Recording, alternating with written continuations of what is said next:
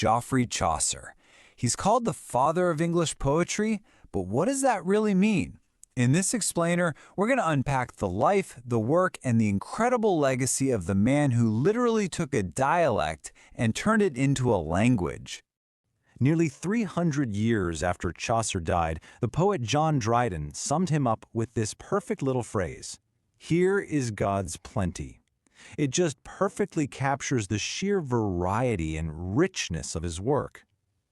So what is it about his writing that feels so full of everything, that we're still talking about it over 600 years later? Well, that's what we're here to figure out. Now, before we even touch the poetry, you have to get this one thing about Chaucer. He was not some academic locked away in a dusty room. This guy was a man of the world, a courtier, a soldier, a diplomat, a top-tier public servant. His life was absolutely packed with action, and that real-world experience is the secret sauce that makes his writing feel so alive. I mean, just look at this life.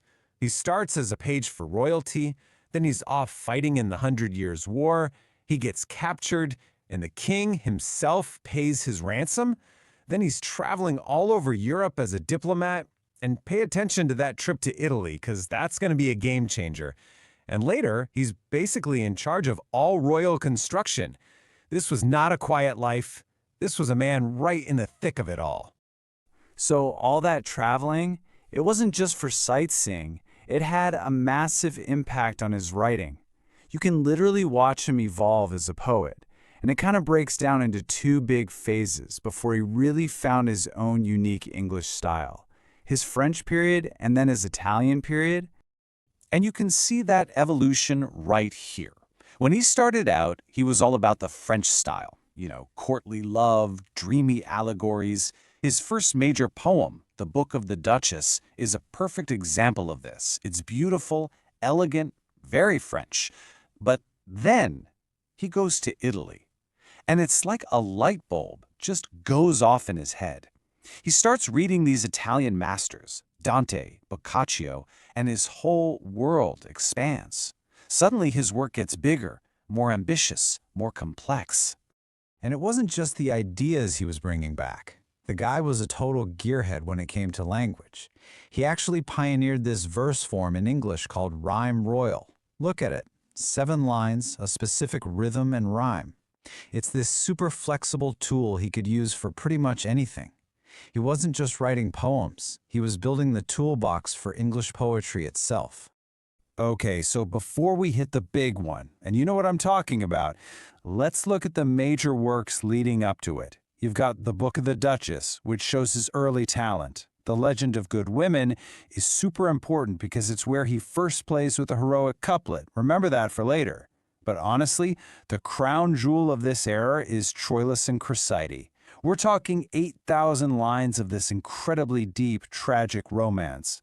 People call it the first novel in verse for a reason. It's just an absolute triumph. Right, so all of that, his crazy life, his French phase, his Italian education, it was all just practice. It was all leading up to the Canterbury Tales. This is where he puts it all together and creates something that is 100% new, 100% English. It's brilliant, it's hilarious, it's deep. It's basically the 14th century in a book. The setup is so simple, it's genius.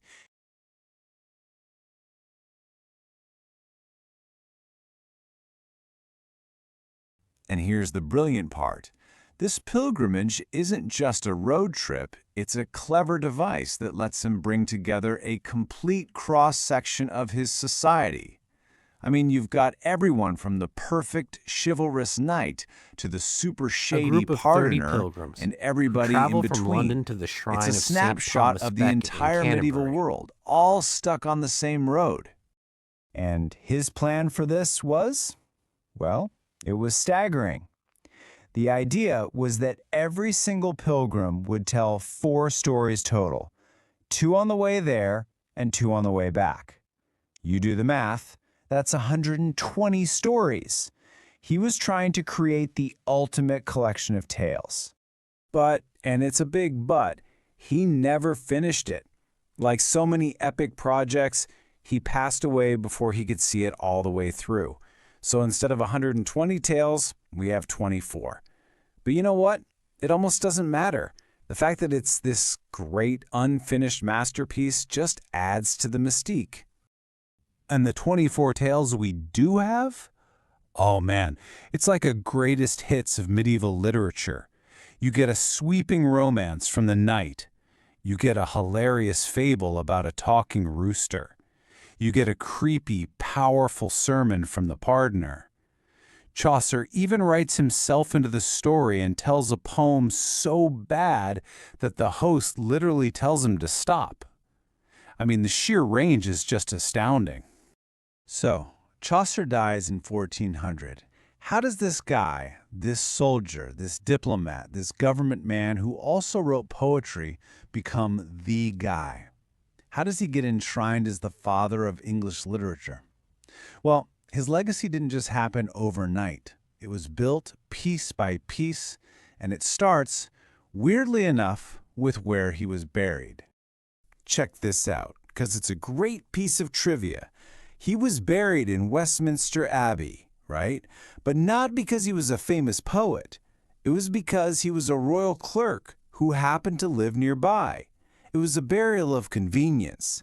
But then, more than 150 years later, someone builds him a much fancier tomb there, and bam, that's the start of what we now call Poets' Corner. He was the very first one, the original resident. And his influence on other writers was immediate. A little later, you have Edmund Spenser, one of the biggest poets of the Elizabethan age, calling Chaucer the well of English undefiled. What he meant was, Chaucer was the pure source. He was the one who proved that English was a language worthy of great poetry. Then you fast forward to the 17th century, and another famous poet, John Dryden, just comes out and says it. He's the one who gives Chaucer that famous nickname, the father of English poetry, and it just stuck. After that, his spot at the top was pretty much locked in. But, you know, it wasn't all praise. You always have your critics, right? In the 19th century, this really influential guy, Matthew Arnold, kind of threw some shade. He basically said, yeah, Chaucer's charming and funny, but he lacks the high seriousness of the really big guns like Dante or Milton. It's an interesting critique, and it shows his reputation has always been up for debate. I really love this next take, though, from the 20th century. G.K. Chesterton puts it perfectly. He said if Chaucer is the father of English poetry, then he's the grandfather of the English novel. And that just nails it. His real genius wasn't just his poetry, it was his characters. The people he created were so vivid, so believable. Every novelist since owes a little something to the guy who gave us The Wife of Bath. So, let's end with this thought. A critic once said, Chaucer found his native tongue a dialect and left it a language. Just think about that. He took the everyday spoken English of his time and proved it was capable of true greatness. And that makes you wonder, doesn't it?